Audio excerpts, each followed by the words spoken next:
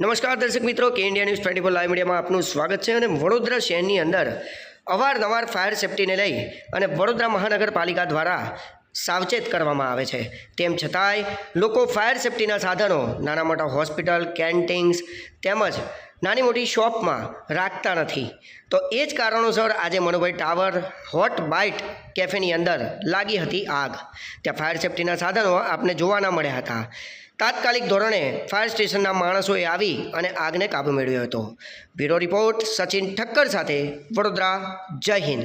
કે India news ચેનલને like, share અને સબસ્ક્રાઈબ કરવાનું ભૂલશો નહીં. જય હિન્દ.